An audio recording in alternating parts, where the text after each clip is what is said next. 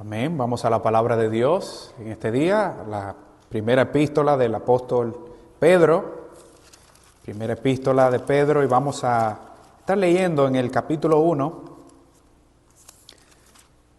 de la primera epístola del apóstol Pedro.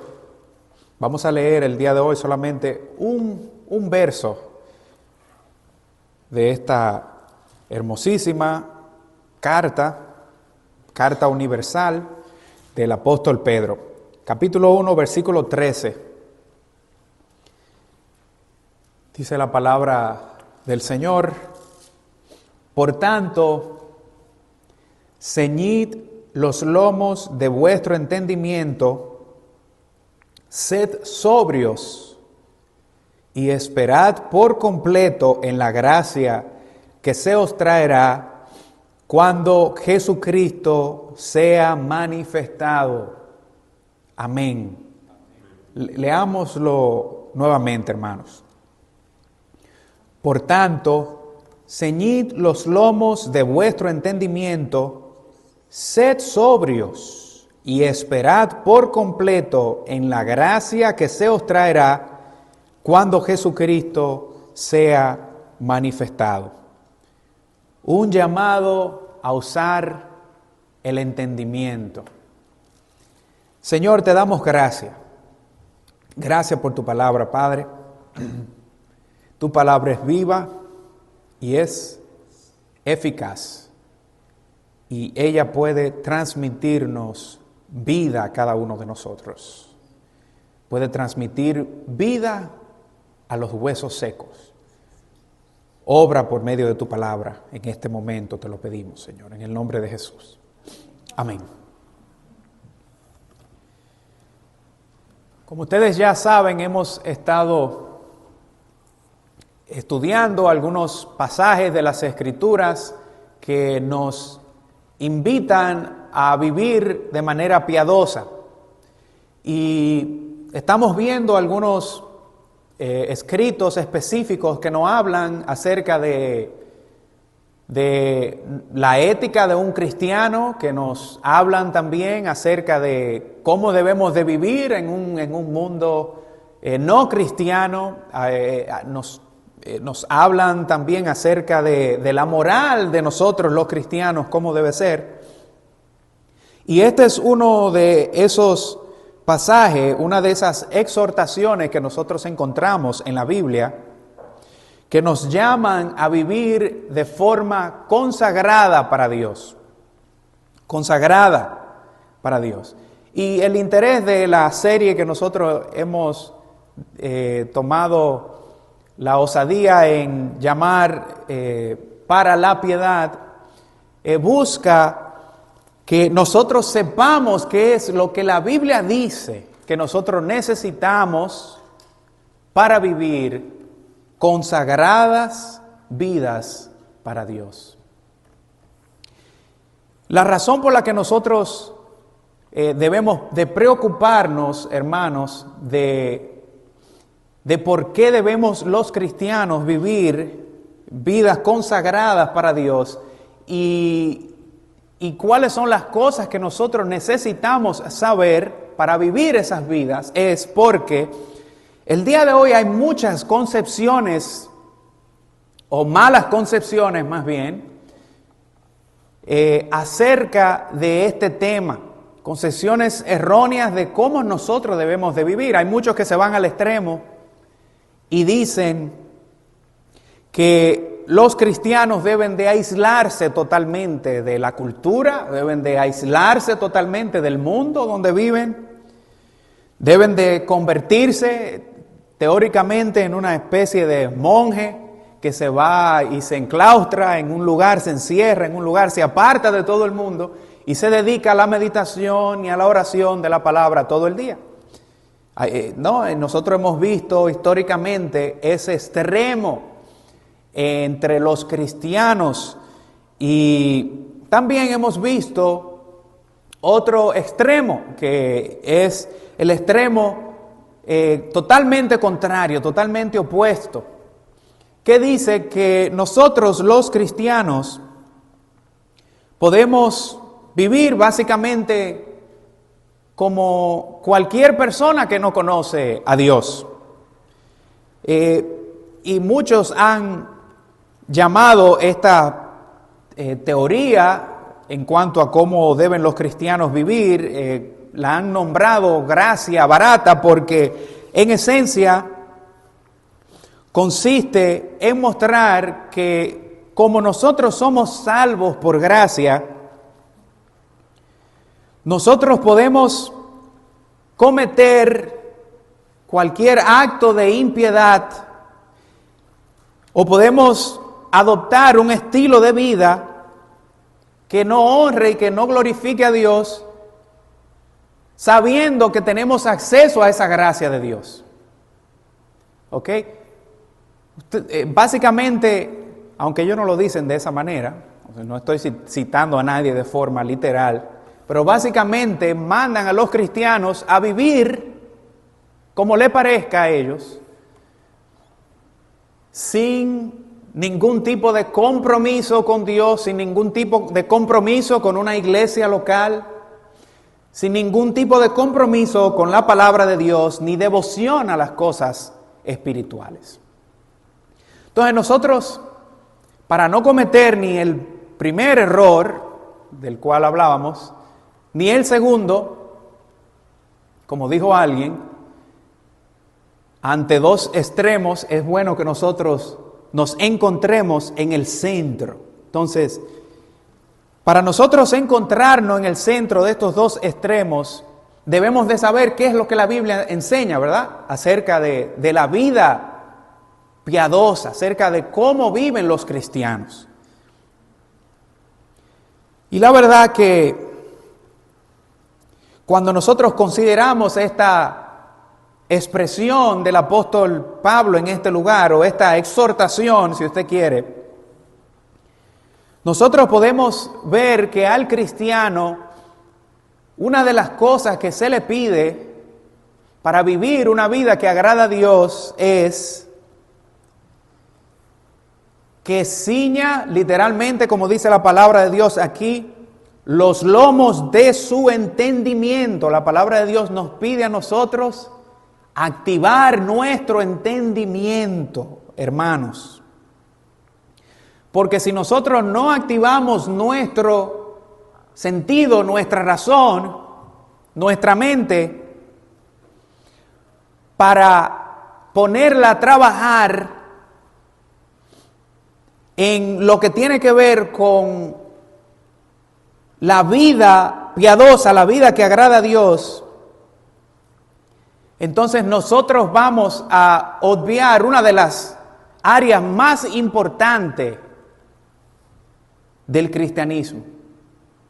Y es por esto que el Señor en el primer mandamiento, como usted sabrá, nos manda a amar a Dios con todo nuestro corazón, con toda nuestra alma, todas nuestras fuerzas, pero también nos manda a amar a Dios con toda nuestra mente, con toda nuestra mente. Así que este llamado que nosotros encontramos aquí en este lugar es un llamado a utilizar nuestras mentes, hermanos. Eso es lo que está diciendo el apóstol Pablo aquí, el apóstol Pedro, perdón. Por tanto, ceñid los lomos de vuestro entendimiento y sed sobrios. Para nosotros utilizar el entendimiento que Dios nos ha dado, nosotros vamos a necesitar primeramente entender que el Evangelio es un Evangelio racional. El Evangelio hace sentido. El Evangelio no tiene contradicciones y ha de entenderse también de manera racional. Podemos hablar de las demandas que tiene el Evangelio, demandas éticas. Podemos hablar de las demandas morales que tiene el Evangelio también.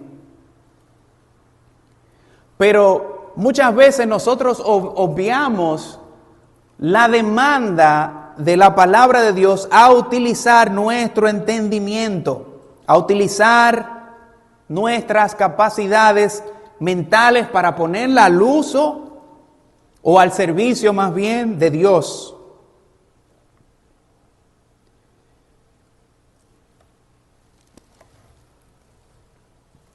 Es imposible, hermanos, que el Evangelio sea entendido si éste no se entiende de manera racional.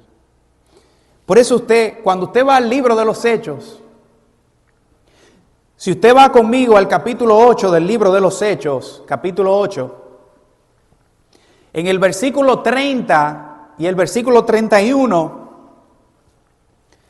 se nos narra lo que hizo Felipe cuando se le apareció un ángel del Señor y le dijo acerca de un eunuco etíope que era siervo de la reina Candace. Y le dice el ángel a Felipe: ve al encuentro de este personaje.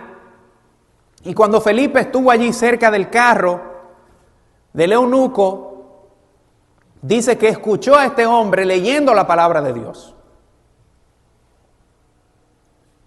Y de repente le hace una pregunta a este hombre, y esa es la pregunta que nosotros encontramos en el versículo 30. Mire ahí conmigo cuando dice: acudiendo Felipe, le oyó que leía el profeta Isaías y dijo: ¿pero entiendes lo que lees? ¿Cuál fue la pregunta que le hizo, mis hermanos? ¿Entiendes lo que lees? Miren la respuesta del etíope. Él dijo: ¿y cómo podré entender si alguno no me enseñare? Y rogó a Felipe que subiese y se sentara con él.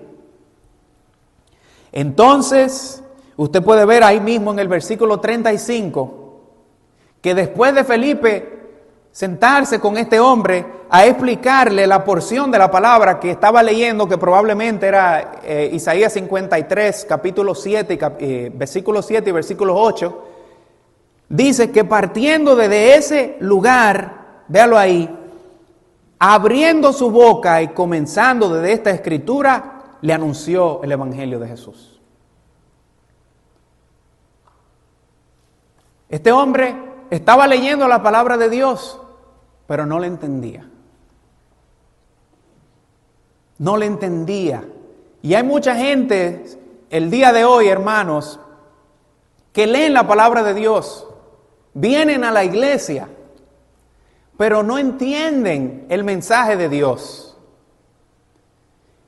Y cuando nosotros leemos la Biblia, si no entendemos lo que la Biblia dice, lo más probable es que la palabra de Dios no va a surtir ningún efecto en nosotros. Y es por esto que nosotros necesitamos aplicar, cuando leemos la Biblia, nuestros razonamientos, nuestras mentes. ¿Qué es lo que dice la palabra de Dios? ¿Cómo la conecto con todo el consejo de Dios, con todo el mensaje de la Escritura? Y lo mismo debemos hacer con las personas que quieren entender la palabra de Dios. Este hombre probablemente era un prosélito. Él no era judío, pero era un discípulo judío. Y estaba cerca del reino de Dios y solamente faltaba que alguien viniera y le explicara el Evangelio. Y Dios envió a Felipe a hacer eso. Porque, como decíamos, es, hermanos, imposible. Es imposible, literalmente, que nosotros podamos recibir un mensaje que no entendemos. ¿Cómo usted va a saber que la palabra de Dios es buenas noticias? Si usted no conoce por qué razón son buenas noticias. Por lo tanto, este es un ejemplo claro de que nosotros necesitamos activar nuestras mentes. Porque Si Dios lo pone a usted, imagínese, en una circunstancia así, y usted no sabe qué es lo que significa esa palabra que este hombre estaba leyendo, qué es lo que significa Isaías 53, ¿cómo usted va a poder testificar a Dios?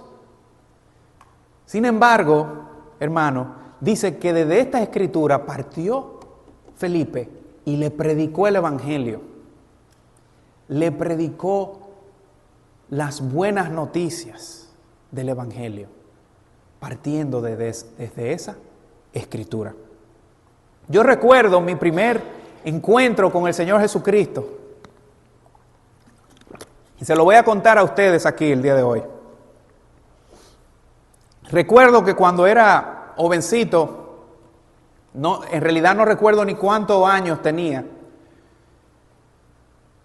Para una Semana Santa, ustedes saben que para la Semana Santa, Semana Mayor, usualmente, por lo menos en mi país, sucede que en esa semana no se trabaja. Y la familia se reúne con la persona, con el familiar más adinerado, con la persona que tiene más dinero de la familia, o sea, va para su casa, si tiene una piscina, se baña en la piscina. Bueno, yo estaba en la casa de una tía, se llama Glenny, está viva, que Dios la bendiga donde ella esté. Yo no me acuerdo si siquiera había televisión en mi casa, pero mi tía tenía una televisión. Para la Semana Santa, ustedes saben que pasan esas películas cristianas, películas acerca de la vida de Jesús, del Evangelio. Y yo me recuerdo como ahora que ese fue mi primer encuentro con Jesús. Yo nunca había escuchado de Jesús. Cuando lo oí hablar, o por lo menos no lo que ellos hacen, porque en realidad ellos cortan muchas de las cosas que dice Jesús y otras las cambian. Pero de cierta manera, yo escuché a este hombre y me llamó la atención. Porque yo dije, yo nunca en mi vida había escuchado a alguien hablar así. Nunca en mi vida había visto a alguien amar a sus enemigos de la manera que la película mostraba a Jesús amar a sus enemigos y a sus contrarios. Nunca había visto a alguien que después de haber sido crucificado injustamente, haber resucitado de la tumba. Eso me impresionó. Me marcó, hermano, para toda mi vida. Me acuerdo ahora, ni siquiera recuerdo cuántos años tenía. Pero era bastante jovencito, tal vez unos 9 o 10 años. Porque en mi casa no eran cristianos. Pero no fue, hermano, sino hasta la preparatoria, hasta el high school. Que unos amigos míos, me acuerdo de sus nombres, Jorge Luis Núñez y otros, que es pastor ahora, Dios lo bendiga donde él esté, y otros jovencitos que habían entregado sus vidas a Dios. Y yo lo veía, lo estudiaba a ellos. Estos son seguidores del Jesús que yo vi en la película. Y ellos no lo sabían, pero yo estaba mirando sus vidas. Y no fue, hermano, sino hasta cuando ellos me explicaron en qué consistía el Evangelio, que yo pude entender por qué yo necesitaba a ese Jesús.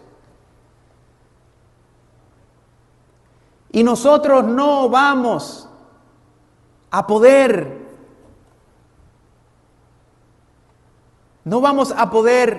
convertir a las personas. Es el mensaje de la palabra de Dios que va a convertir a las personas.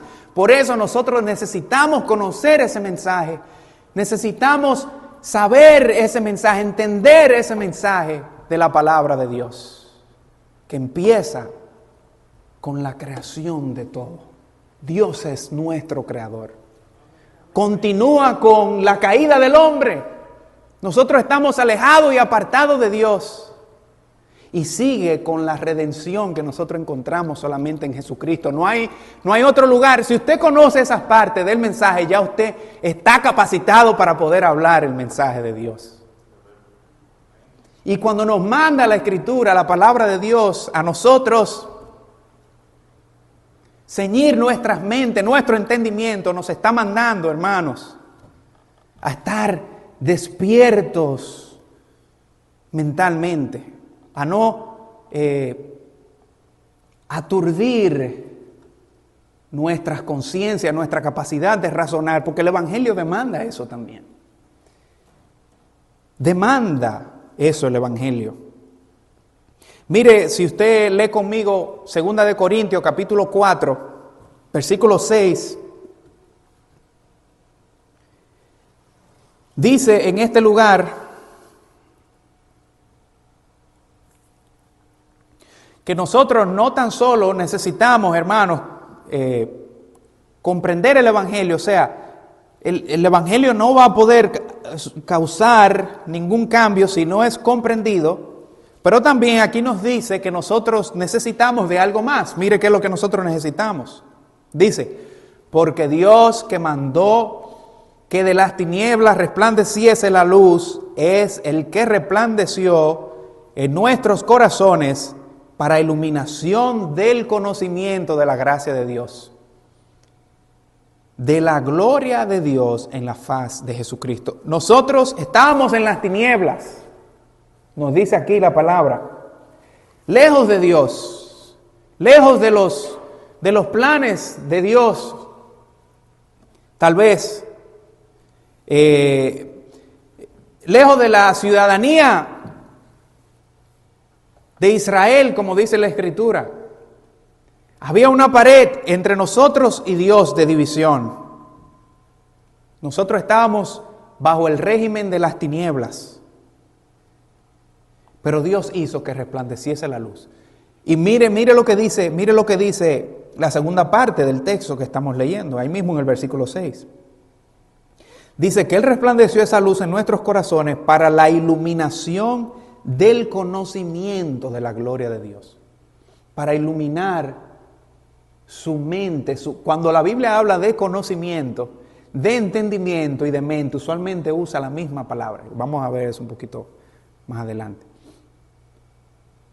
Para despertar nuestras mentes, porque lo que Satanás, una de las cosas que Satanás, y esto es algo que tal vez en otra ocasión lo vamos a profundizar un poquito más, una de las cosas que Satanás hace es, hermanos, a las personas que están en el mundo, entenebrecer, dice la Biblia, entenebrecer su conocimiento de Dios, sus mentes, para que no les resplandezca la verdad de Jesucristo, para que vivan alejados de Dios. Y el llamado de la predicación, el llamado de la palabra de Dios, es a que nosotros tengamos nuestro entendimiento activo. Es nuestra responsabilidad predicar la palabra. Y ya sabemos que es la prerrogativa de Dios iluminar los corazones. Pero no hay manera que nosotros podamos rehuir a la verdad de que cuando la palabra de Dios se predica conforme a su mensaje completo, va a ser responsabilidad de las personas que escuchan ese mensaje de o recibirlo o rechazarlo. Si las personas son indiferentes, ya nosotros no podemos hacer más nada. Ahora, si nosotros, hermanos, no comprendemos el mensaje de Dios y no buscamos entender el mensaje de Dios para predicar el mensaje de Dios tal cual, para no irnos a ninguno de estos extremos, entonces los responsables somos nosotros.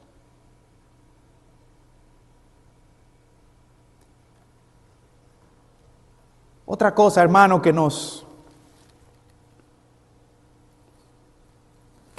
dice este pasaje, o más bien que implica el llamado a utilizar el entendimiento, es que nosotros debemos de ejercitar nuestras capacidades de razonamiento mientras nosotros vivimos para Dios.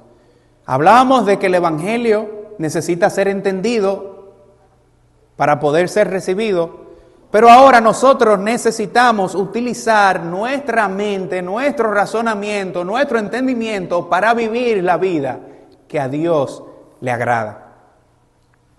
Algunos comentaristas de la Biblia coinciden de que la expresión que usa el apóstol Pedro en este lugar, ceñid los lomos de nuestro entendimiento, es una indicación para estar preparado para cualquier acción. Es como un decir coloquial en la cultura antigua. Porque en la antigüedad, como usted bien entenderá, se utilizaban túnicas o togas, ¿ok? Entonces, para realizar cualquier trabajo físico, cualquier trabajo que demandara movimiento, acción, se le complicaba mucho a las personas hacerlo con sus túnicas descolgando, ¿no?, por el suelo y demás, y en todo su cuerpo. Entonces, ¿qué ellos hacían? Ellos tomaban un cinturón y se ceñían la túnica. Entonces, esa palabra vino a convertirse en un decir que básicamente quería decir algo que amerita una acción pronta. Ceñid los lomos, porque si usted lee el pasaje y lo interpreta de manera literal, no hace sentido, porque usted no se pone una túnica, a menos que usted sea árabe, no se pone una túnica en la cabeza, ¿verdad? Ni mucho menos en la mente. O sea, ¿cómo usted va a poder vestir la mente? Entonces él no está hablando aquí de póngale un cinturón a su mente o remánguese la túnica, la toga. Él está hablando, hermano, de poner una actitud que consiste en despertar nuestro entendimiento. Y él habla en esos mismos términos más adelante. Despertar nuestro entendimiento con la exhortación de la palabra de Dios. En este lugar, Él nos manda a nosotros a activar nuestra mente y nuestro entendimiento. Pregúntese usted ¿qué significa esto? ¿Qué significa que yo tengo que despertar mi entendimiento para poder vivir la vida que a Dios le agrada? Bueno, como yo le decía, la palabra que Él utiliza acá es la palabra dianoia. Dianoia. Y esta palabra se utiliza en otras partes de las Escrituras, mayormente para traducir a nuestro idioma la palabra mente. Mente.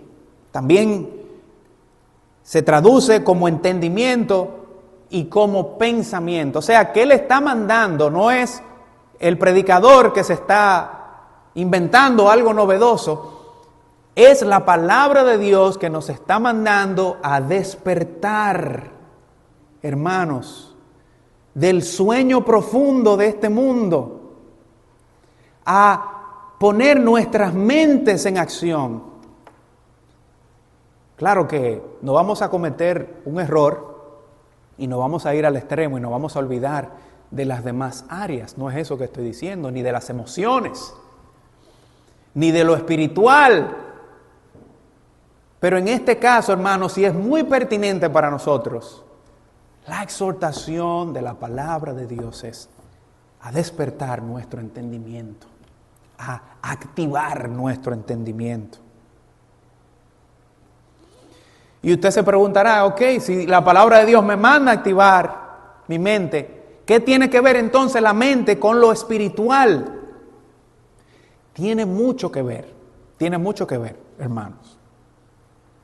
Porque para nosotros alejarnos del pecado y para nosotros vivir piadosamente, vamos a necesitar, es verdad, el auxilio de Dios, la gracia de Dios sobre nosotros, ayudándonos.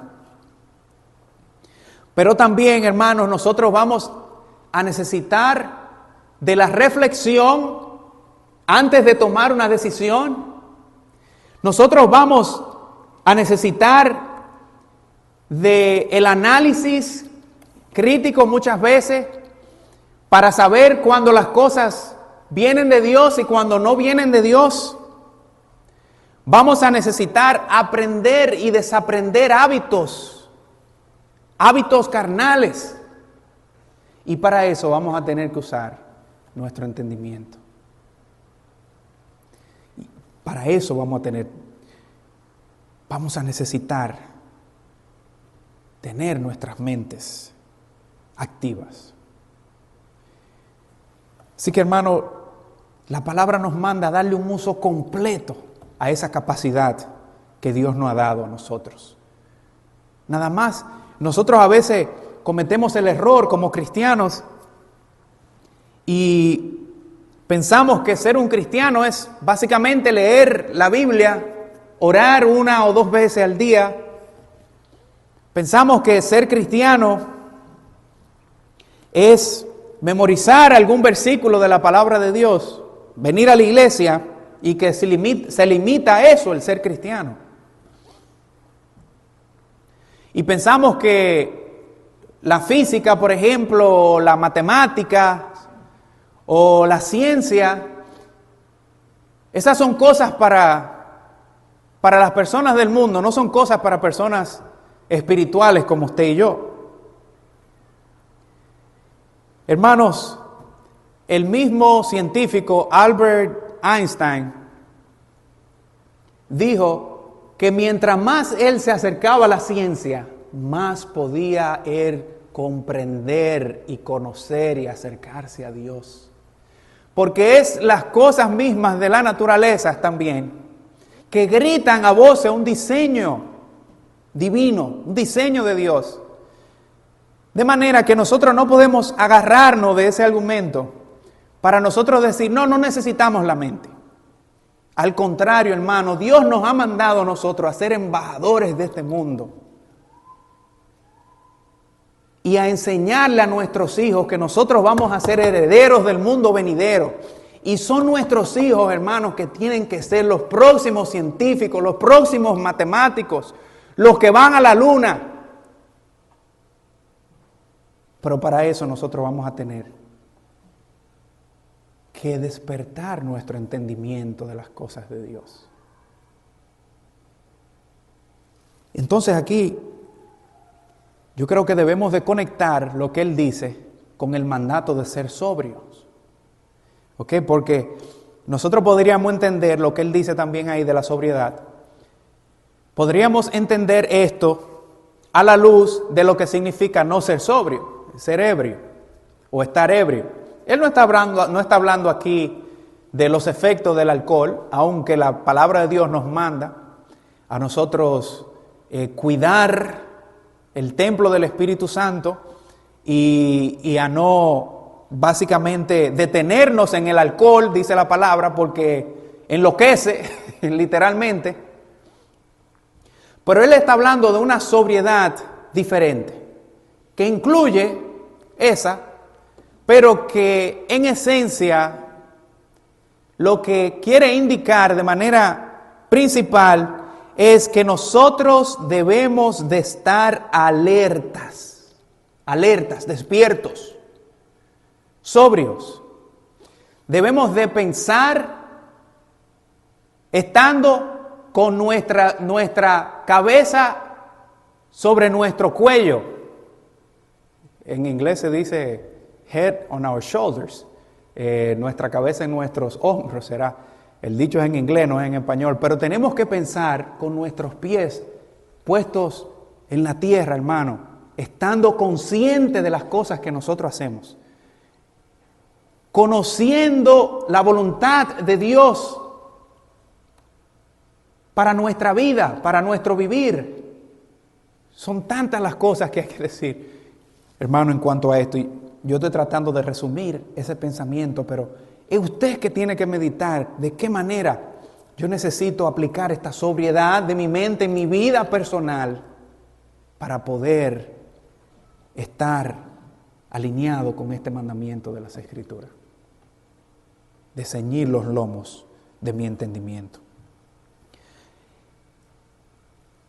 El apóstol Pablo, Romanos capítulo 13,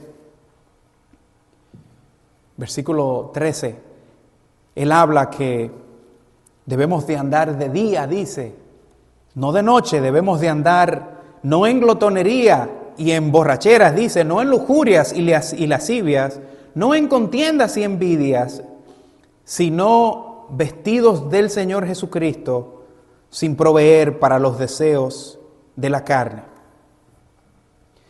La sobriedad, como le decía, aunque no trata solamente de este aspecto de nosotros alejarnos de estos malos hábitos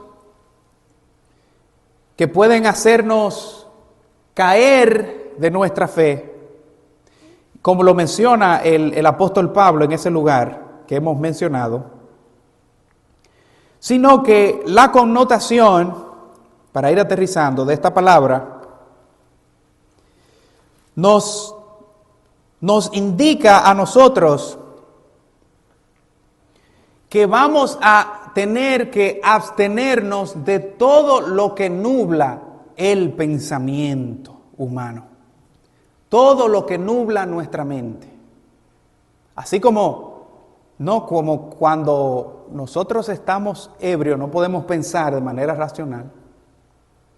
Asimismo también hay otras cosas que nublan nuestro entendimiento, nublan nuestra mente y no nos permiten, no nos dejan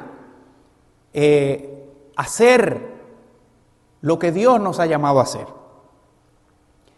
Más de esto habla incluso el apóstol Pablo en Romanos capítulo 8, versículo 5, cuando habla que en vez de pensar en las cosas de la carne, mire lo que dice textualmente, dice, porque los que son de la carne piensan, la misma palabra, en las cosas de la carne, pero los que son del Espíritu en las cosas del Espíritu. Entonces la sobriedad que Dios nos manda a nosotros a buscar es para nosotros pensar en las cosas espirituales.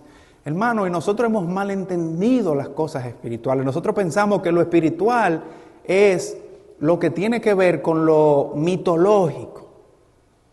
Hermano, Dios es espíritu y Dios habita en todas partes. Pero cuando nos habla de lo espiritual, nos habla de buscar aquellas cosas que son reales. El mundo espiritual, aunque nosotros no lo podemos ver, es el mundo donde Dios habita.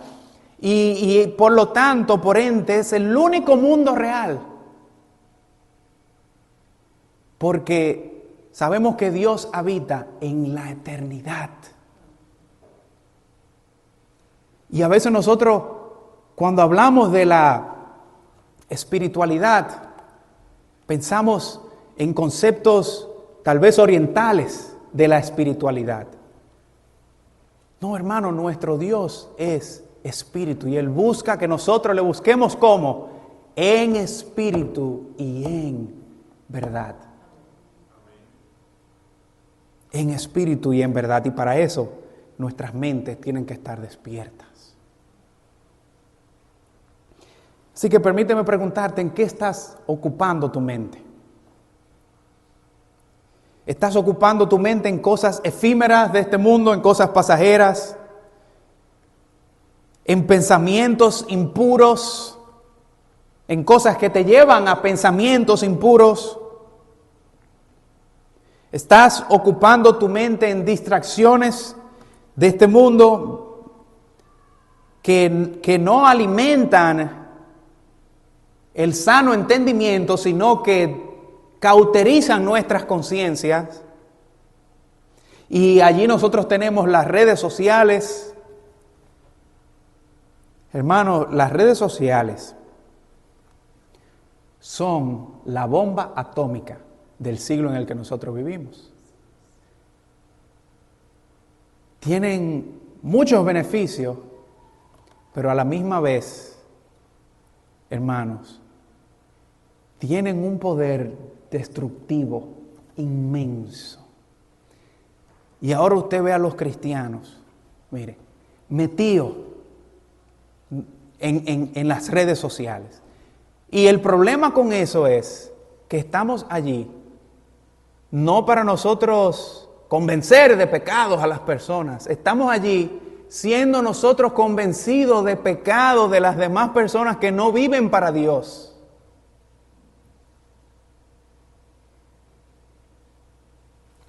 Yo tengo un hijo pequeño y yo he optado por, en mi casa, no usar redes sociales delante de él. Y es algo que estamos tratando, mi esposa y yo. Porque usted está en las redes sociales de repente y aunque usted esté viendo un reporte de básquetbol o lo que sea, unos highlights de básquetbol, de repente usted hace así, mueve su pantalla y le aparece una cosa que usted dice, Dios mío, ¿pero qué es esto? ¿Y usted cree que esas cosas no ayudan espiritualmente? ¿Ayudan a despertar nuestras conciencias? No. Ese es uno de los mecanismos que usa Satanás para hacer todo lo contrario, para dormir nuestra conciencia, para que a nosotros nos parezca bien la cosa del mundo, para transformar nuestra forma de ver a Dios y de ver al mundo, para que usted, después de haber visto cientos de veces a dos parejas homosexuales en una fotografía, para que usted acepte eso como bien. Es mucho, hermano, lo que podemos decir en cuanto a esto. Pero simplemente le voy a invitar a ustedes a considerar lo que dice el apóstol Pablo en Filipenses 4:8. Por lo demás, hermanos, todo lo que es verdadero, todo lo honesto, todo lo justo, todo lo puro, todo lo amable, todo lo que es de buen nombre, si hay virtud alguna, si algo digno de alabanza, en esto pensad. En esto pensad. ¿Qué cosa más verdadera, preguntaría yo? Más justa, más pura, más amable, más de buen nombre, más digna de alabanza y digna de gloria que crecer en el conocimiento de Dios. ¿Por qué en vez de nosotros crecer o de decrecer en las cosas espirituales a través de todos estos medios, hermanos, que nos quieren atrapar, por qué nosotros mejor no hacemos la resolución de crecer en el conocimiento de Dios? En el conocimiento de Dios. Hermano, ¿cómo usted cree que Dios se ha revelado? Mire, la Biblia. Yo me acuerdo de un hermano que él viene de iglesias pentecostales. Asistía a varias iglesias pentecostales. Usted sabe que ellos se van a los montes y demás, y ayunan por mucho tiempo a veces, y se van a orar a lugares apartados. Y él le preguntó a un hermano, le preguntó a Miguel Núñez, que cuántas veces al día él debía orar, o por cuánto tiempo. Y Miguel Núñez le dijo, mira, yo no te voy a decir ni que ore por 3, ni por 4, ni por 5. Pero si tú vas a orar por 3, lee la Biblia por 6. Si tú vas a orar por 2 o 3 horas, buscando las cosas espirituales supuestamente, conoce qué es lo que dice Dios acerca de las cosas espirituales primero. Y nosotros a veces queremos ser tan santurrones, ¿no? Que ponemos la palabra de Dios a un lado para buscar a Dios de una manera que nosotros no, que Dios no nos ha dicho en ninguna parte que lo busquemos de esa manera, para satisfacer el ego humano, hermanos. Por eso necesitamos el entendimiento de Dios, conocer a Dios. Y así cuando nosotros conocemos a Dios, usted va a ayunar con propósito, usted va a orar con propósito, va a orar con la palabra de Dios en su mente. Usted va a vivir con propósito porque va a tener la palabra de Dios, que es el conocimiento especial que Dios nos ha dado. Conocimiento especial. Dios no ha decidido revelarse de manera especial a través de ninguna otra cosa sino a través de su palabra. El mundo nos muestra el conocimiento natural de Dios, pero ese conocimiento es limitado. Pero la Biblia no, nos dice lo que nosotros necesitamos saber acerca de Dios. Así que, hermanos, el apóstol Pablo a los Colosenses le dijo en el capítulo 1, versículo 9, versículo 10, y ya terminamos con esto.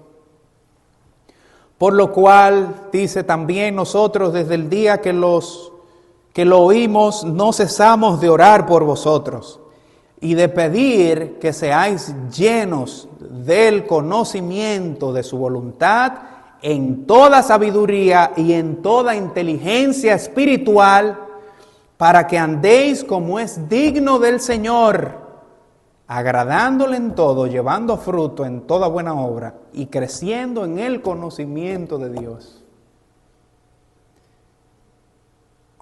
Dígame, hermano, eso. Para que ustedes sean llenos de la voluntad, de la sabiduría. Usted quiere vivir para Dios y conocer a Dios. Usted quiere tener inteligencia espiritual. Procure crecer en el conocimiento de Dios.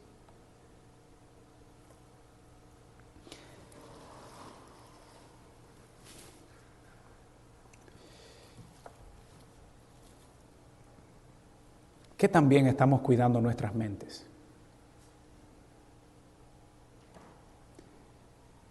Ante los bombardeos de este mundo, ante la cultura de pecado en la que nosotros vivimos, que también estamos resguardando nuestras mentes. Que también estamos amando a Dios con nuestra mente. Esa puede ser alguna pregunta para ustedes, para la célula también, a los hermanos que dirigen célula acá. ¿De qué manera nos estamos equipando intelectualmente para servir a Dios? ¿Cuántos libros ya usted se ha leído en este principio de año? Bueno, tal vez usted me dirá, nada más ha pasado un mes. Ya usted debió haber leído, aunque sean 5. No, no tanto así. Pero empiece con uno, vea. Y no tiene que empezar con un libro secular. Mire, usted puede empezar con la Biblia. Con la palabra de Dios. Con la palabra de Dios. ¿Tú quieres conocer mejor a tu Dios? ¿Quiere tener mejor entendimiento de las cosas de la fe? ¿Quiere estar mejor equipado para servir a Dios? Procura crecer en el conocimiento de Dios. Y esto es algo, hermano, con lo que nosotros, todos los que estamos aquí, vamos a batallar.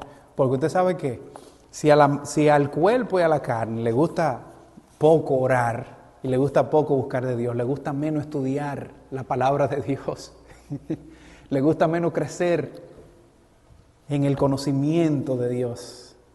Porque mire, cuando usted sea tentado por Satanás, es el conocimiento de Dios. Escrito está que le va a ayudar a usted en esos momentos más difíciles. Es la palabra de nuestro Dios. Así que ceñidos los lomos de vuestro entendimiento y sed sobrio, esperando que la gracia de Dios nos sea manifestada. Señor, te damos gracias, Padre, por tu palabra. Gracias por mis hermanos que están acá. Señor, gracias por ayudarnos. Tú eres un Dios bueno, Señor. Bendice esta palabra en nuestras mentes, nuestras vidas, nuestras almas, nuestros corazones, Señor, para que con toda fuerza nosotros podamos buscarte, vivir para ti, servirte. Padre, mis capacidades son limitadas, pero las tuyas no, Señor. Tú puedes, Señor, revelar a nuestras mentes las cosas que yo tal vez quise decir y que no pude decir. Tú puedes aclarar aquellas que yo dije y las dije dentro de mis capacidades humanas. Señor, tú eres el único quien puede alumbrar nuestro entendimiento. Nosotros te rogamos aquí que esta iglesia sea una iglesia que procura conocer a Dios, que procura crecer en el conocimiento de Dios. Ayúdanos a cada uno de nosotros, Padre. Ayúdanos a amar tu palabra, amar la verdad. Amar la verdad, a ser heraldos del Evangelio en este mundo, de la verdad de Dios. En el nombre de Jesús. Amén.